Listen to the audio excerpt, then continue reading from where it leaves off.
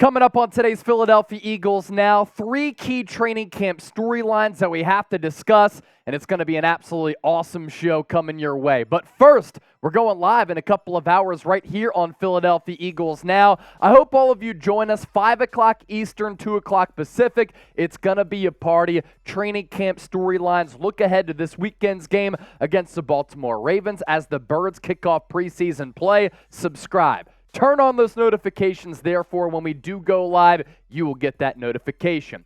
Training camp story number 1 on today's show.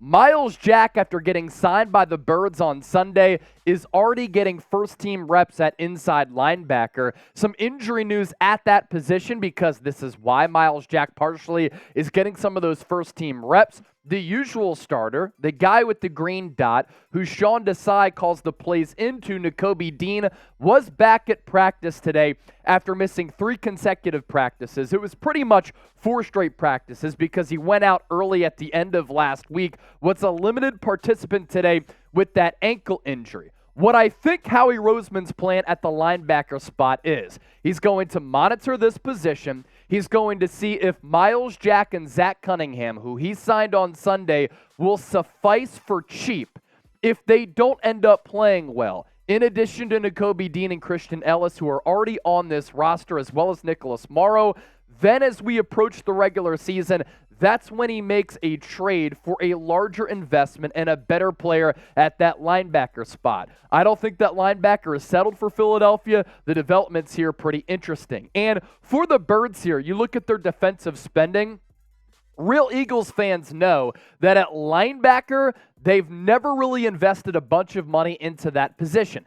That could change, though, if Howie, the scouting department, the front office, the coaching staff believes that this is the lone position group that holds this defense back. They are 31st among 32 teams in team spending at linebacker with a total of just under $7 million. They don't always invest a lot of money into safety outside of Brian Dawkins and Malcolm Jenkins. They are 32nd this year in team spending at $6.29 million. Those are 2 weaknesses on this Eagles roster going into the season, and it wouldn't surprise me at all if Howie Roseman gets aggressive in trying to pivot to a trade at linebacker or at safety. Going back to Myles Jack here, his Pro Football Focus numbers last year were not that good. That's why he wasn't signed with the team up until Sunday. Played with the Pittsburgh Steelers last year, previously started his career with the Jacksonville Jaguars. Overall Pro Football Focus grade, Chip, if we want to go back to those numbers, was a 53.6 grade. And I think what certainly tells the story with Jack's Pro Football Focus numbers, it's the fact that he is a coverage linebacker. So don't get that twisted because he only had 37 pass rush snaps. Still, though, it's a little bit of a concerning trend with how he performed last year. With the overall grade, as I said, the run defense grade at 52.1, the pass rush grade, which he doesn't do much of, 63.7, a coverage grade of 55.8, and a passer rating allowed when targeted of 115.9. This is a coverage linebacker who recently has not been good in coverage. What you can count on Jack to do is be a pretty solid tackler. He's had 100 tackles in each of the last 3 years. He did have some injury concerns coming out of UCLA, but throughout his NFL career, the most time he's really missed, that 2019 season when he played 11 games and missed 5 of them. Outside of that, he's been a pretty durable player. You see the pass breakups have been there. I will say this, that you can get away with bad linebacker play or you can get away with subpar linebacker talent if the defensive line is stout and holds firm. For a couple of reasons. You're able to generate that pass rush, but also if the defensive linemen occupy all of the real estate up front, where some of those blockers aren't getting to that second level, or those running backs aren't getting to the second level because of the penetration from that run defense, then the linebackers have a free lane to make a play, or they're not getting blocked, or they just have that easy play to make with making a tackle, and Jack, at the very least, has been able to do that. So much more left to get to on today's show because those two storylines absolutely fascinating for Philadelphia here. Before we continue to propel forward, though, make sure you subscribe to the show.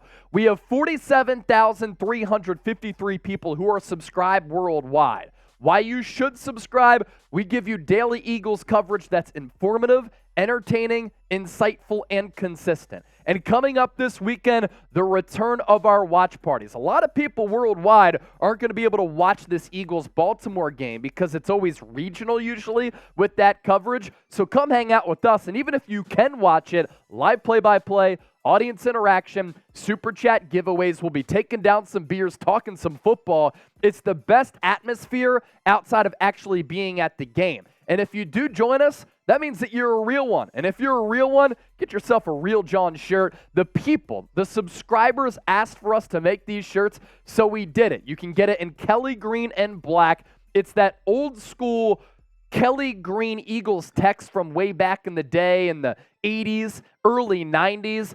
Get those shirts now, support the show, and look fresh in the process. Chatsports.com/RealJohn. We'll put that link in the comment section and in the description of this video. Eagles injury report as they practice at Lincoln Financial Field. It was not an open practice to fans, but they did practice at the Lincoln South Philly. Deon, Cain did not practice because of that ankle injury. Same could be said for Patrick Johnson. Ankle injury, not a knee. Devon Allen, a limited participant as he was activated yesterday, injured his calf a few weeks ago during his track career, and Nakobe Dean back at practice, but a limited participant with an ankle injury for him. Camp story number 2 that we want to discuss on the program today, Reed Blankenship appears to have secured one of the starting safety jobs for the Eagles defense here. He's consistently gotten first-team reps. He's been able to flash. I thought he flashed last year when he had to step in for C.J. Gardner-Johnson after that lacerated kidney injury on primetime. Had a diving interception of Jalen Hurts on Tuesday. Nearly picked off Jalen Hurts last week, which would have been Hurts' first interception of camp.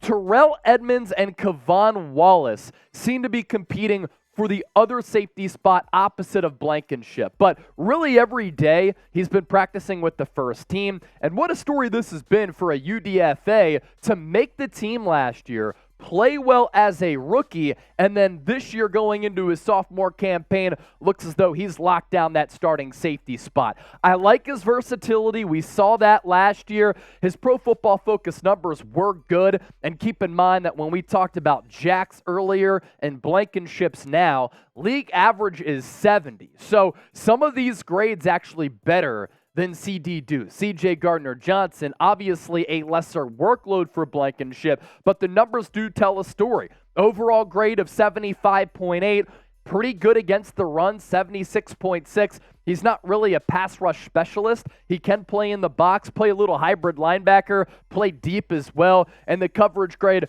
of 71.6.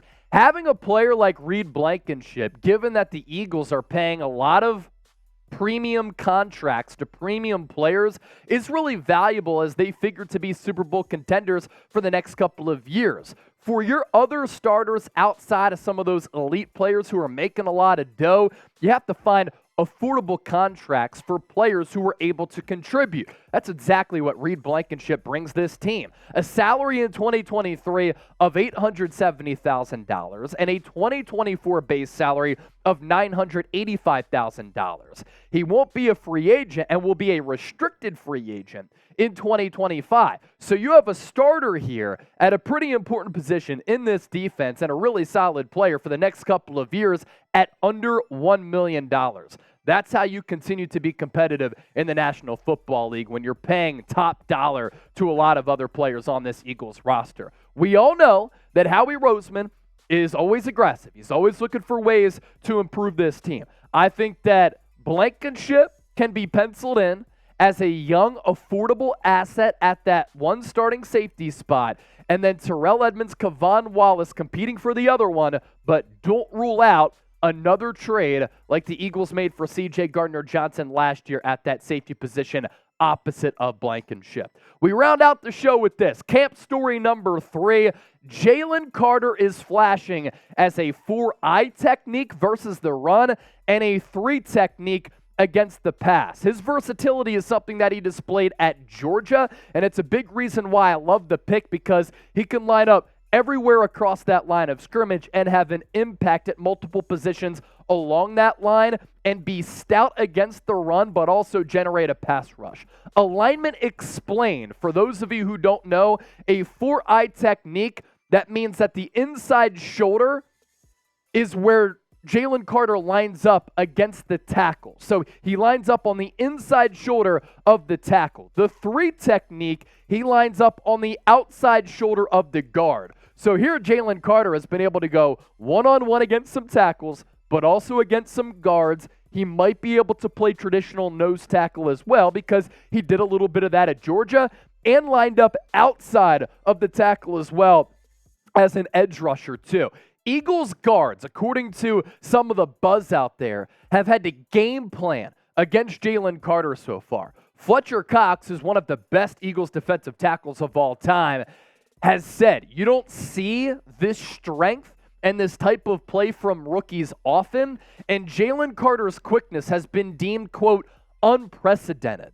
He could have gone number 1 overall if it wasn't for the legal situation at Georgia. He's that good. And while Nolan Smith has been grabbing a lot of headlines, Jordan Mailata said after practice on Wednesday that Nolan Smith is a mini Hassan Reddick.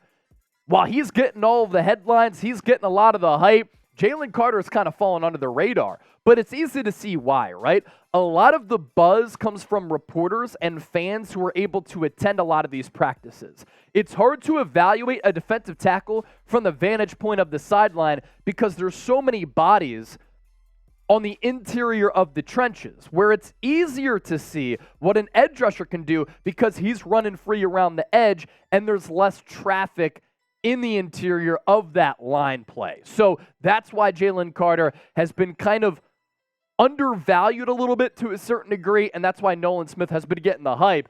But according to all accounts, Jalen Carter is having a really good training camp up to this point. Give me a reel, John, if you're going to join us live today on Philadelphia Eagles Now. I have a couple of off days coming up on Thursday and Friday. That's why we're going live today, because I'm working on Saturday for the Eagles preseason opener. And another reminder, join us for the best Eagles live show on those YouTube streets. 5 o'clock Eastern, 2 o'clock Pacific. My boy Chip, who's from the Philadelphia area and an Eagles fan, he's going to be producing for me. You know the drinks will be flowing and the Eagles talk and bars will be flowing as well. Lock us in, subscribe, turn on those noties, and we'll see you in a few hours here on the show.